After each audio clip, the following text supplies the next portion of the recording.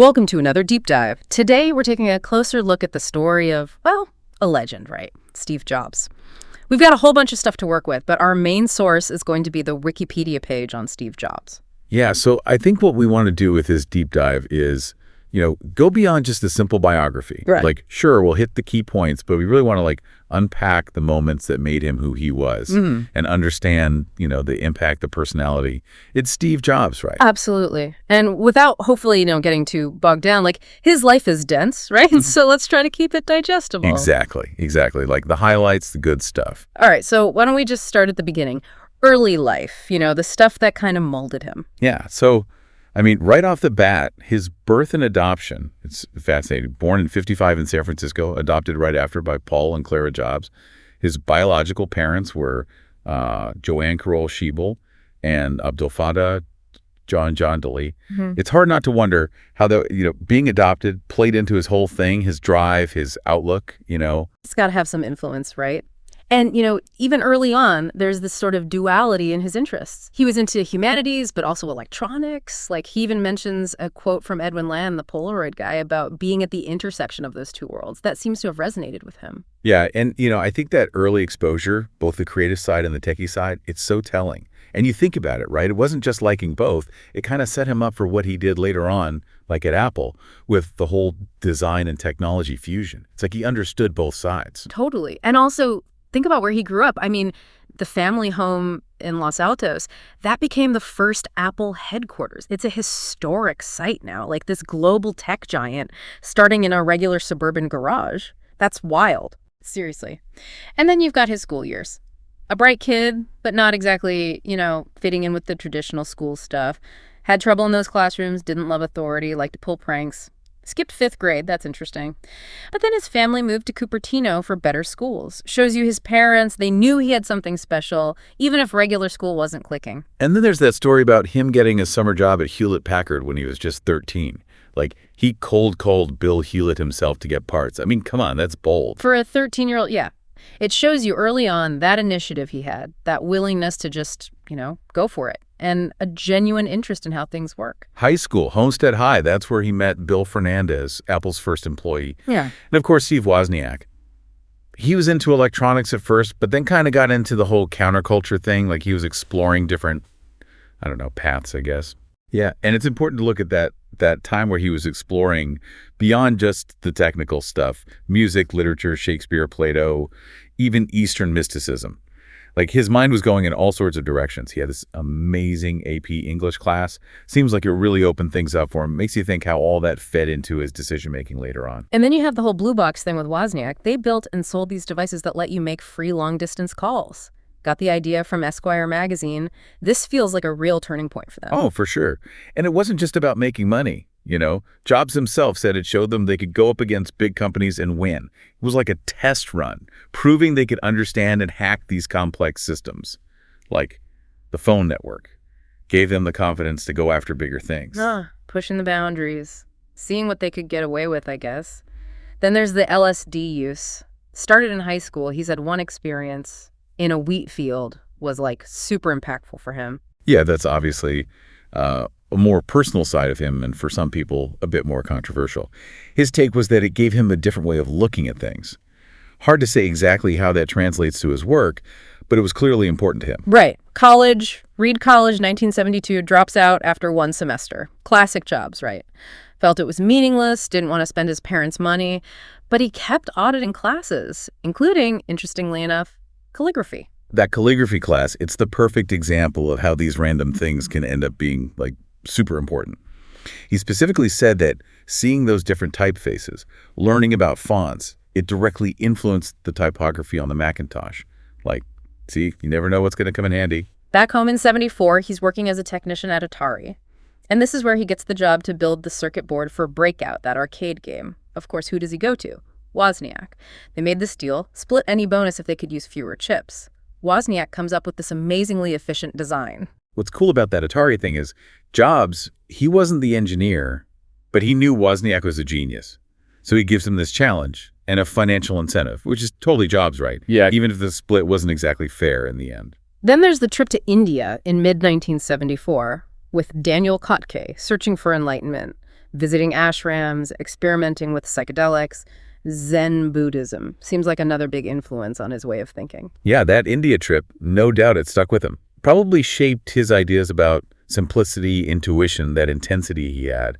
His interest in Zen, it seems to go back to that time. So we've got this young guy, curious, rebellious, starting to realize what he can do.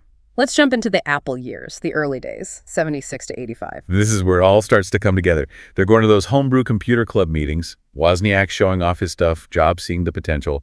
This idea of a computer for everyone, it starts there. And from those meetings comes the Apple I. Wozniak designed it, but Jobs is the one who's like, we got to sell this. So, April 1st, 1976, Apple Computer Company is born. Wozniak, Jobs, and Ronald Wayne, who, didn't stick around long, all happening in Jobs' parents' garage. And even the name Apple, it's interesting, comes from Jobs' time at the All One Farm commune. They had an apple orchard. It's such a simple, almost innocent name compared to the other computer company names back then. Shows his sense of branding, maybe. To fund the whole thing, Jobs sells his Volkswagen van, Wozniak sells his HP calculator. I mean, they were all in. That's commitment right there. First big sale, 50 Apple I units to Paul Terrell at Byte Shop. That was huge. Takes him from hobbyist to like a real business. Validation, right? People actually wanted what they were building. The people who knew Jobs back then, they said he was unconventional. And Daniel Kottke, one of those early employees, he said, Wozniak was the inventor. Jobs was the one figuring out how to sell it, how to get the money. That early split in their roles seems like it was key. Jobs was the visionary. He saw the big picture, how to take Wozniak's brilliance and make it something people would buy, something that mattered. 77, they launched the Apple II West Coast Computer Fair, another Wozniak design, but Jobs cared about how it looked, even the case. Rod Holt came in for the power supply. This machine, it was a hit. The Apple II, man, that was huge. It was the computer that brought computing power to regular people, homes, small businesses. Changed the game. This is also when things with Chrisanne Brennan are getting complicated.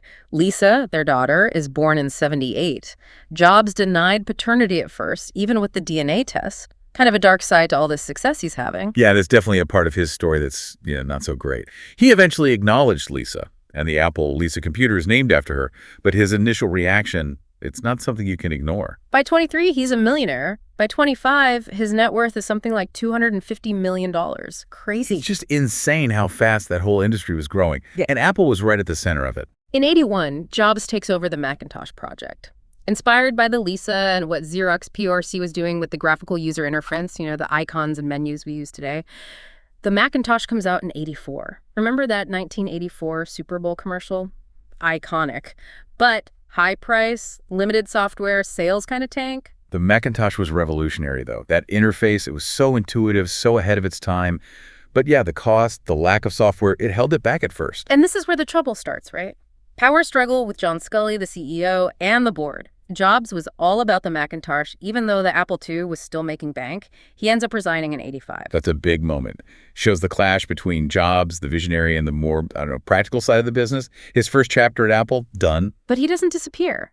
Starts NXT Inc. in 85, focusing on powerful computers for schools and businesses. NXT computers. They were cutting edge, but expensive. Like the early Macintosh, yeah. But get this, Tim Berners-Lee. He invented the World Wide Web on a NXT computer. At CERN, no less. That's legacy. Later, NXT focused on software. And that software, it's going to be important later. In 86, he buys the computer graphics division of Lucasfilm, turns it into, you guessed it, Pixar. Yeah. And this is a home run. Toy Story comes out in 95, first fully computer animated feature film. Huge hit. Under Jobs, it was amazing. Not just the technology, but the stories, the characters. They changed how animated movies were made. And the relationship with Disney, it starts rough, but gets better, especially when Bob Iger takes over. They buy Pixar in 2006. Jobs becomes Disney's biggest shareholder, joins the board. Iger even said he thought a Disney-Apple merger could have happened if Jobs had lived longer. Wow. Shows you how influential he was. Technology, entertainment, he was a force. Now it's 97, Apple's in trouble. Big trouble. They buy NXT, and Steve Jobs is back. What a comeback. Apple was almost dead. Jobs comes back, saves the company. He basically takes over as CEO officially in September 97, streamlines everything, cancels projects, changes how they license the Mac.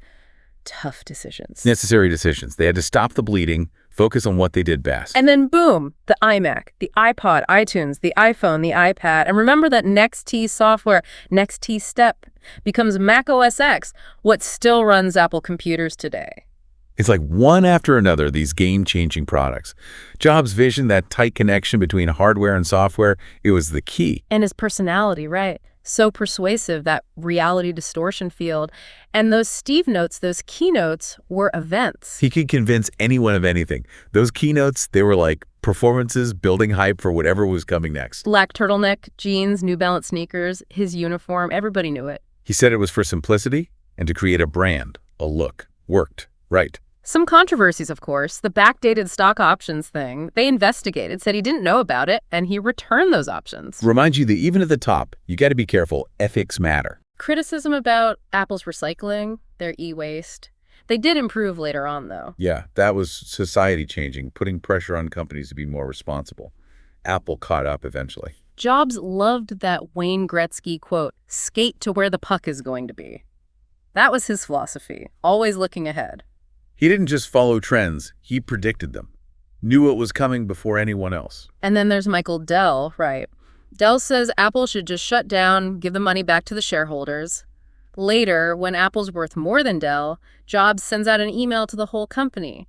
Subtle. Competition, right? And maybe a little bit of, I told you so. Jobs even talked to President Obama about the lack of software engineers in the U.S., suggested giving green cards to foreign grads. He knew that talent was the key to the whole industry. Wasn't afraid to talk to the government about it. Okay, this is where it gets tough. 2003, he's diagnosed with a pancreatic neuroendocrine tumor. And he tries alternative medicine for 9 months instead of conventional treatment. He later said he regretted that. At those WWDC keynotes in 06 and 08, he was so thin, people were worried. Yeah, everyone was talking about his health. He was such a public figure, hard to ignore. In 09, he takes a 6-month medical leave, gets a liver transplant, comes back to work, but then resigns as CEO in August 2011, becomes chairman of the board. He dies on October 5th, 2011, complications from the cancer. His sister said his last words were, "Oh, wow, oh, wow, oh, wow." The end of an era. Sad. And his sister sharing that about his last words, it's touching, you know. He married Laureen Powell in 91, Buddhist ceremony. They had 3 kids, Reed, Aaron, and Eve. Laureen, it seems like she was a huge support for him, especially when he was sick. He did build a relationship with Lisa, his daughter. She officially changed her name to Lisa Brennan Jobs. He tried to fix things, make things right. And after leaving Apple, he reconnected with his biological mom, Joanne, and his sister, Mona, the writer. Never met his biological dad, though. That whole thing with his family, it adds another layer to the story, right? Complicated. Philanthropy, he was pretty private about it. He had a foundation, but it closed. When he came back to Apple, they stopped their giving programs, but later started a gift matching thing for employees. He didn't sign the giving pledge either. People debated about his giving. He didn't do the big public charity thing, but there are stories about him donating anonymously.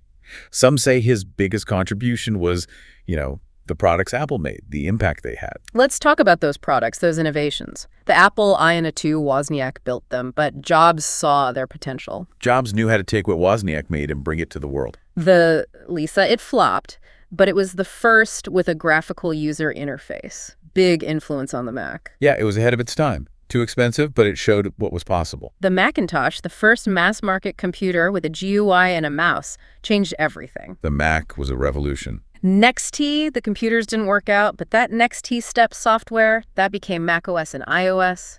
Huge legacy. Who knew that software would be so important? The iMac, when he came back to Apple, that design, USB ports, a whole new direction. Design matters? Jobs knew that. The iMac was the start of something new for Apple. Then iTunes and the iPod. Digital music totally changed. The way we listen to music, buy music, it all changed. The iPhone, multi-touch, the first smartphone, basically, dominated the market. The iPhone was just like a whole new world. Mobile phones, everything changed. And the iPad, the tablet, created a whole new category. And it worked. Another success. His whole design philosophy, that simplicity, it came from Zen Buddhism. He and Jony Ive, they were a great team. Over 450 patents, a lot of them about design. Apple products, they look different, they feel different. That's Jobs. So many awards. National Medal of Technology, Grammy Trustees Award, and after he died, the Presidential Medal of Freedom. He changed so many industries. A real visionary, even if he was difficult sometimes, a perfectionist. So here we are, at the end of our deep dive. Steve Jobs, what a life. He was brilliant, he was tough, he had his flaws, but he changed the world. From those early days with Wozniak, that trip to India, it all came together in his vision for Apple. Technology that's easy to use, beautifully designed, it's still impacting us today. It's amazing you think about it, that blend of tech and humanities. It started when he was young, and it never really left him. And that makes me think, what if he'd gotten a more formal education in humanities? Alongside all the tech stuff, what would that have looked like? What kind of intersection would he have created then? Something to think about, right? Until our next deep dive, thanks for listening.